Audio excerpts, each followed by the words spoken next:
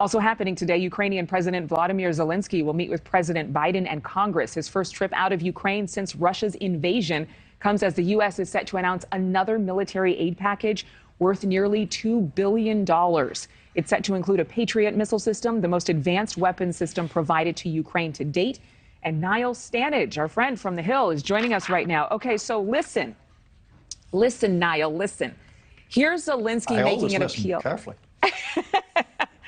Here's Zelenskyy making an appeal to Americans last night on Cuomo. Let's listen to this.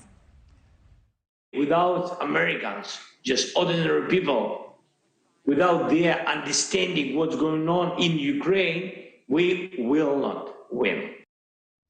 So this is the first time that Zelenskyy has actually left Ukraine since the war began. That sends an extremely strong message. But what is important about the timing of this trip? I think there are a couple of things in there largely to do with American politics. The American public and the American body politic basically hold Ukraine's fate in their hands. America is the key partner in all of this. Yes, there are many other countries giving aid, but the United States has already given more than $60 billion in aid. Now, we're coming up on two things. One is this end-of-year spending package that includes another $40 billion. And then, of course, Congress will change hands, or the House of Representatives will change hands in January. And President Zelenskyy wants to really ensure that the same level of support can be sustained.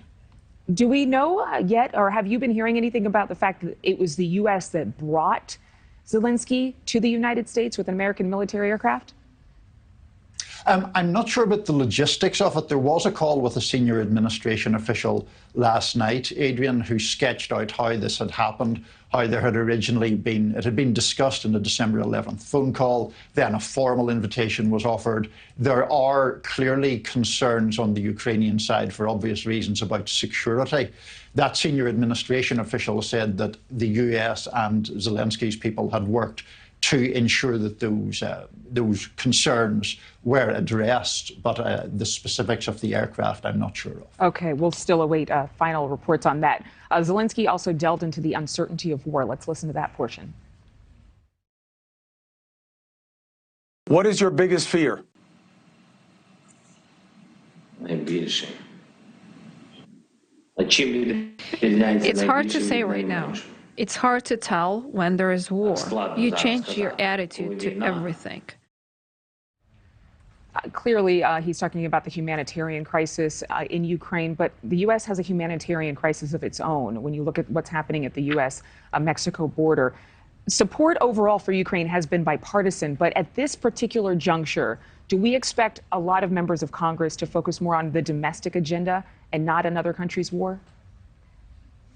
There are certainly some calls for that. There is bipartisan support for Ukraine, but it is at the same time fair to say that among Republican members in particular, there is greater skepticism about writing what they term a blank check. Now, that I think goes to the idea of accountability and the sheer amount of money that is being spent. Now, obviously, the United States has a lot of money to spend. I mean, we're talking about a $1.7 trillion government spending deal this week. But I do think, to your point, there is skepticism in some quarters. There was also, if I could mention briefly, Adrienne, a poll late last month asking Americans whether they thought there was too much, too little, the right amount of aid to Ukraine, or they just didn't know. Those four options split almost exactly evenly, which I think does show the ambivalence in some quarters about this. All right. Niall Stanage from the Hill, thank you again. Thank you for watching. Go to newsnationnow.com to find NewsNation on your television provider. And don't forget to click the red subscribe button below to get more of NewsNation's fact-driven, unbiased coverage.